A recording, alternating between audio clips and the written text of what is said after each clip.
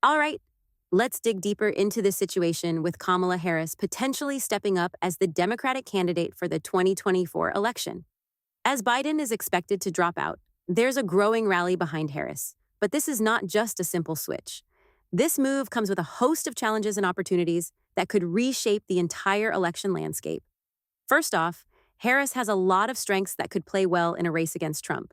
She's significantly younger than Biden, and at 59, she's got the energy and vigor to campaign coast to coast without the concerns about stamina that dogged Biden. This alone is a considerable advantage in the grueling marathon that is a presidential campaign. Her background as a prosecutor is another strong point. During the 2020 Democratic primary, she had moments where she shone, particularly in debates where she demonstrated her ability to think on her feet and tackle tough issues head on. This prosecutorial edge could serve her well against Trump, who is known for his combative and often aggressive debate style. Harris's ability to prosecute the case against Trump could resonate with voters looking for a candidate who can stand up to him effectively. One of Harris's key advantages is her potential to mobilize women, people of color, and young voters. These groups are crucial for a Democratic victory. Women, especially in suburban areas, have been shown to be highly motivated by issues like abortion rights. A Wall Street Journal poll from April highlighted that abortion was the most powerful issue driving suburban women in swing states, with over half of the women polled saying Trump's policies on abortion were too restrictive. Harris can leverage this issue to galvanize a significant voter base that feels threatened by the current administration's stance on women's rights. For people of color, particularly Black voters, Harris has a unique opportunity. Biden has been losing support among Black voters, a critical demographic for Democrats. As an African American woman, Harris can communicate in ways that resonate deeply with these voters. Cities like Detroit, Philadelphia, and other urban centers, where high Black voter turnout is essential, could see increased enthusiasm and engagement with Harris on the ticket. Young voters are another group that Harris could potentially win over.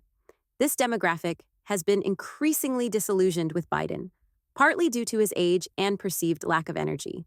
A July poll by Emerson College found that voters aged 18 to 29 were the least motivated to vote, with Biden still leading the Democratic ticket at the time.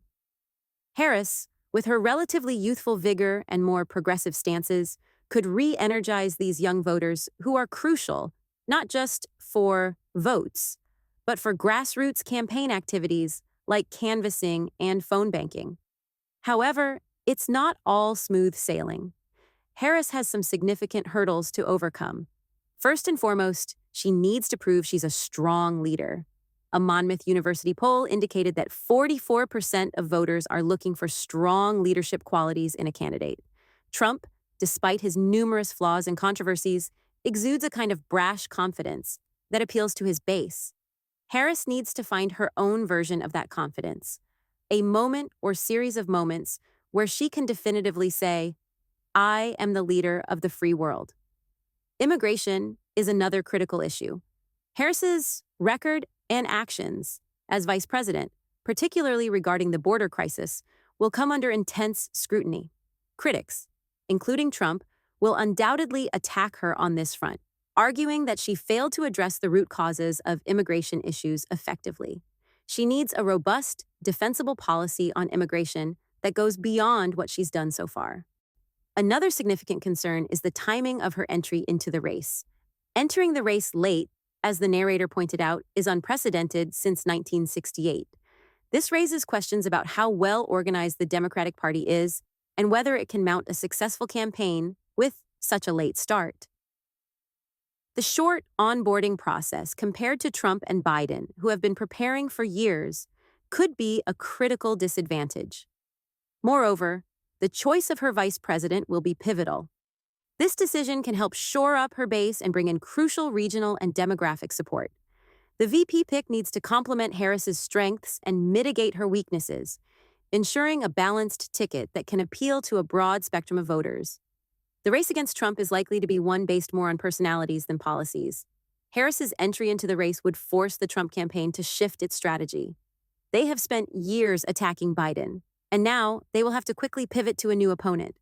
Trump's attacks on Harris will need to be recalibrated, and this could potentially disrupt his campaign's momentum. Finally, Harris has the potential to reignite the Obama coalition, a diverse group of voters that includes African Americans, Latinos, and enough white and rural voters to hold the line against Republican advances.